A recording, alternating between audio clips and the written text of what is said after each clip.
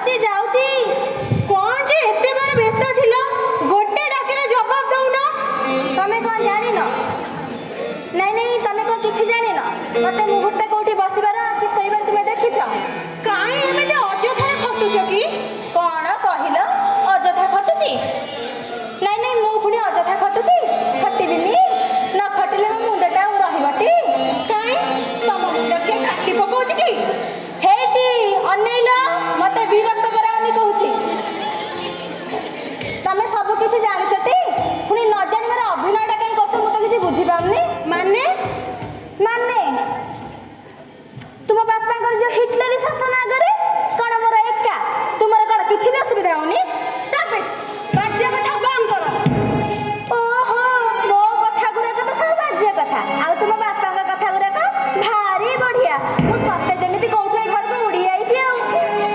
ଓହୋ, ତମେ ଟିକେ ଚୁପ୍ କଲ। ଅଫିସରୁ ଏତେ ବେଳେ ଆସିଲି, ତମ ମନ ଟିକେ ପଇଲାନି ଚା କପେ ନେଇ ଆସିବାକୁ?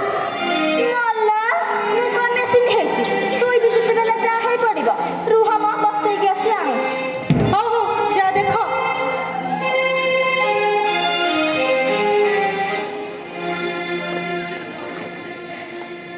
ବାପା, ଆଜି ଇଣ୍ଡିଆ ଅଷ୍ଟ୍ରେଲିଆ ମ୍ୟାଚ୍ ଅଛି।